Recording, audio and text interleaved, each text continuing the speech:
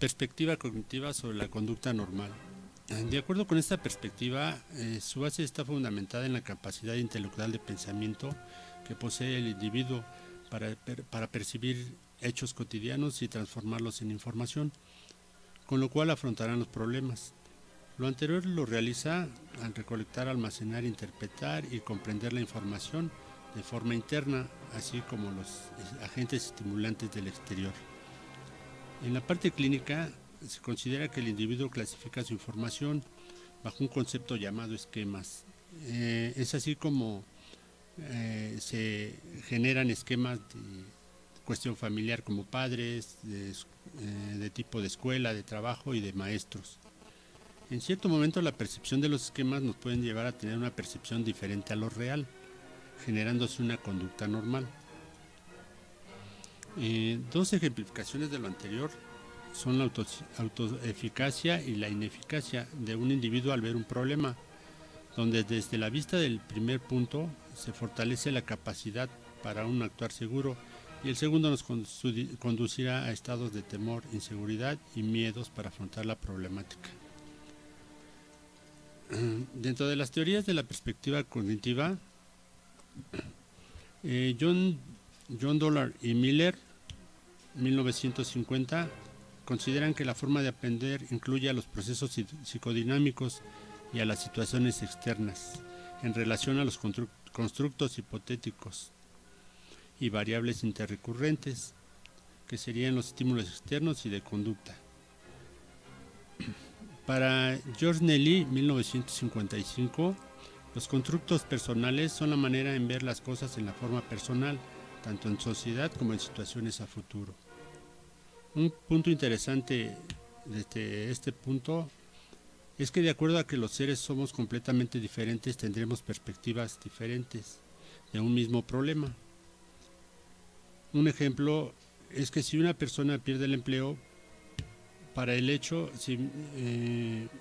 de una persona significará una falta de compromiso en sus labores, otra considerará que no era apta para el puesto y una más pensará que el jefe no lo quería.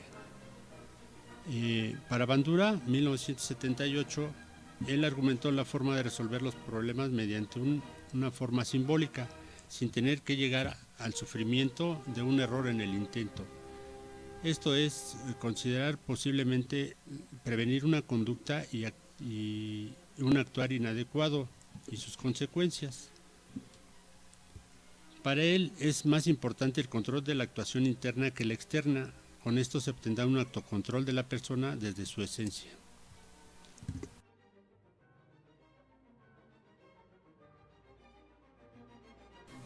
Perspectiva humanista existencial sobre la conducta normal. Esta perspectiva tiene su base en raíces de tipo filosófico y religioso, que como partes integrales tienen a la habilidad, bondad y libertad de la naturaleza humana. Un punto central de esta perspectiva es la autoactualización, que es la capacidad de desarrollo del individuo, que en un ambiente grato generará una actuación positiva. Por otra parte, los ambientes desagradables generarán un actuar negativo. Los existencialistas humanistas no son partícipes del proceso observable, se guían por lo interno, o sea, por el significado de la vida.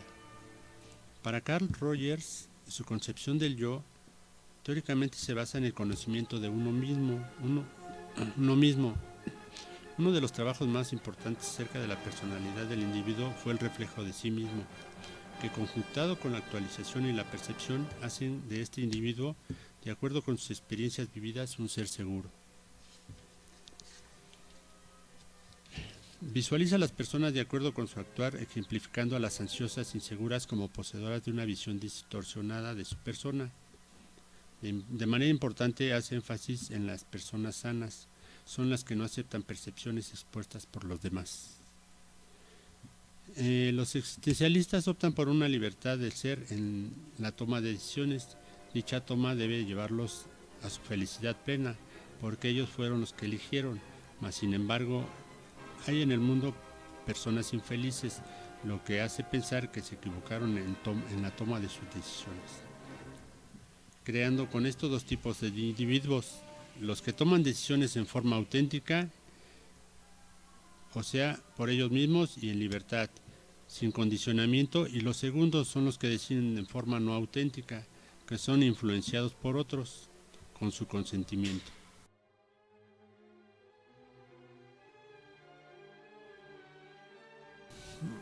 Perspectiva comunitaria sobre la conducta normal. Esta perspectiva tiene como base el manejo inadecuado de lo que llamamos estrés por parte de las personas, generado no desde el interno del individuo, sino desde las interacciones sociales en relación con familiares, amigos, jefes de trabajo, compañeros de escuela, y con lo cual la desadaptación es consecuencia de las fallas de instituciones comunitarias y de gobierno. La problemática también se fundamenta en el aspecto de la desorganización social, que se encuentra normalmente en las clases más desprotegidas y vulnerables. Llámese esto a los barrios pobres, a las comunidades con desempleo y con centros de educación inadecuados. Dentro de los roles sociales y etiquetamiento de esta perspectiva, se asume que al pertenecer a un grupo social, el individuo actuará de acuerdo con sus características de este, con el cual puede existir una aceptación o no, si no se cumplen con determinadas reglas o normas, lo que hace que en esencia el individuo no sea lo que es, más bien su imagen será presentada bajo el influenciamiento de su vida por las características del grupo al que pertenece. Para Irving Goffman, 1959, el individuo dentro de sus roles sociales tiende a comportarse de ciertas maneras o de maneras diferentes, de acuerdo con la situación y mostrándonos con base en las diferentes caracterizaciones del individuo surge el etiquetamiento, que nos dice cómo se contempla a las personas de acuerdo con el rol en el que están representando, que conlleva cierto grado de verdad, ya que en muchas ocasiones las personas no son como las etiquetan. Esta acción puede ser formativa de una conducta normal, si no es asimilada de manera inteligente. Es importante valorar lo que es el ser en realidad y no lo que los individuos lo catalogan. Dentro de las contribuciones de la perspectiva comunitaria, una de ellas es el entendimiento de la desadaptación de conducta y emociones dentro del ámbito familiar. Esto como un ejemplo sería predicar con el ejemplo. Si nosotros vemos como un padre continuamente pelea con la madre del pequeño, el pequeño por ende lo único que asimilará será peleas a futuras en su relación familiar.